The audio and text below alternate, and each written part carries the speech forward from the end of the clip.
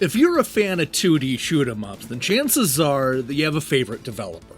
I mean, some people love Treasure because of games like Ikaruga and Radiant Silvergun, while others prefer Cave, Compile, or maybe even Toplin.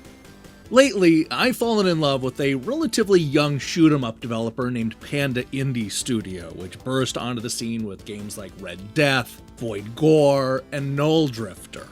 Their newest horror-themed game is Z-Warp, another stylish throwback that puts the hell back into the term bullet hell shooter.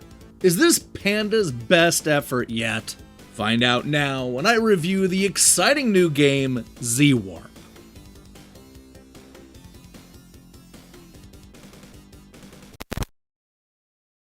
It's the year 21XX, and humanity has created a ship capable of space-time warping, allowing us to explore even further reaches of the solar system.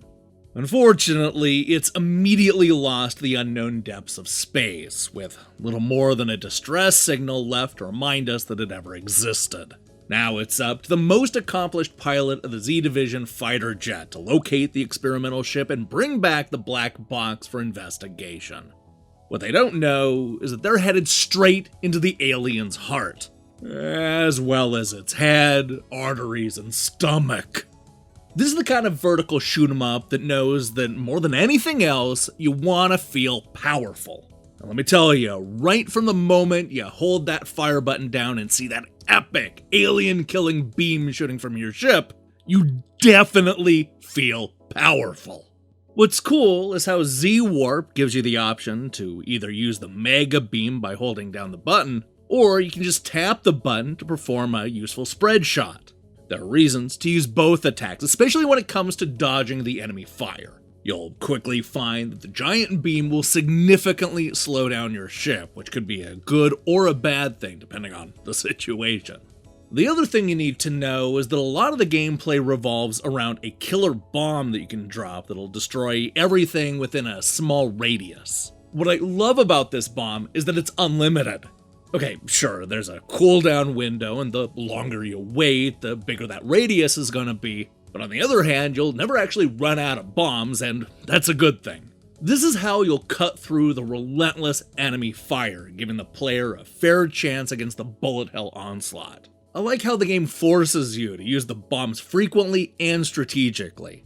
The way you open up paths gives the shooter a fresh and unique take on the formula, and I especially like the way they incorporate it into the boss fights. Speaking of which, the bosses and enemies are exactly what you've come to expect from Panda. Z-Warp has a body theme, and most of the bad guys reflect an aspect of that. You'll go up against beating hearts, blood vessels, eyeballs, skeletons, brains, and so much more.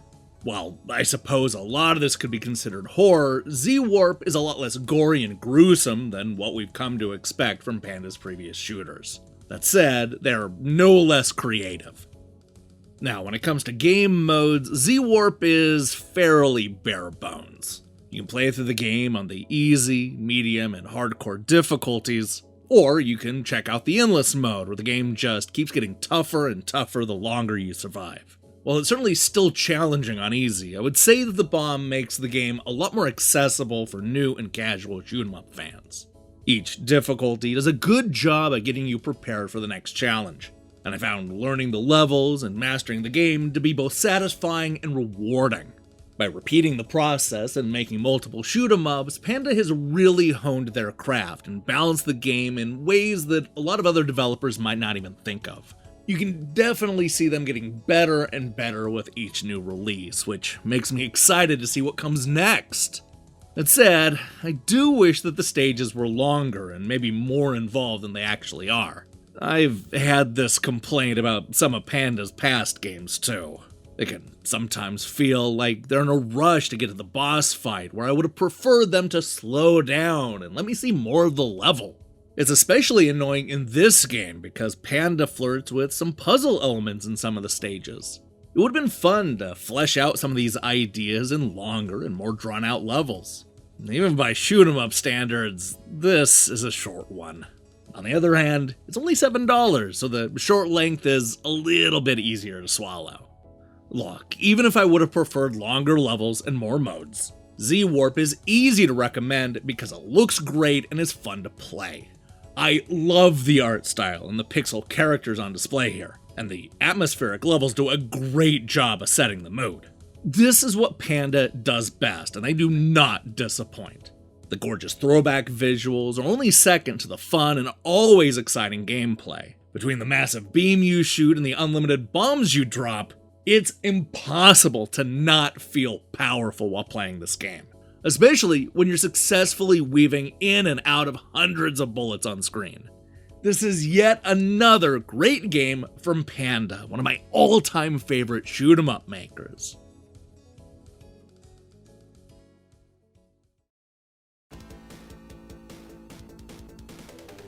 Proving once again that they're one of the best shoot-'em-up developers around, Panda Indie Studio is back with Z-Warp, another great horror-themed action game with an unsettling fascination with the body. This is a surprisingly accessible bullet hell shooter with a great art style and some truly nasty boss designs. Best of all, this is a game that genuinely makes you feel powerful, even when there are hundreds of bullets clogging the screen at once. Sure, the whole thing's over too soon and probably could have used an extra mode or two, but with an attractive price point and a whole bunch of replayability, Z-Warp is an easy game to recommend for fans of throwback shoot-'em-ups. Hey, thanks for watching our review. If you liked what you saw here, then you should know that we post new reviews and features almost every day. Now, here's the question I have for you. What developer makes the best shoot-'em-ups? Like I said at the top, most genre fans have a favorite, or at least a preference. I can't wait to see your picks in the comments below. In other news, we'll be back later this week with a review of Stephanie, plus a super huge announcement about an upcoming magazine countdown. Best of all, you're going to be the ones to help me figure out the format. Be on the lookout for that later this week. In the meantime, I strongly recommend you click that subscribe button and support what we're doing here. Until then,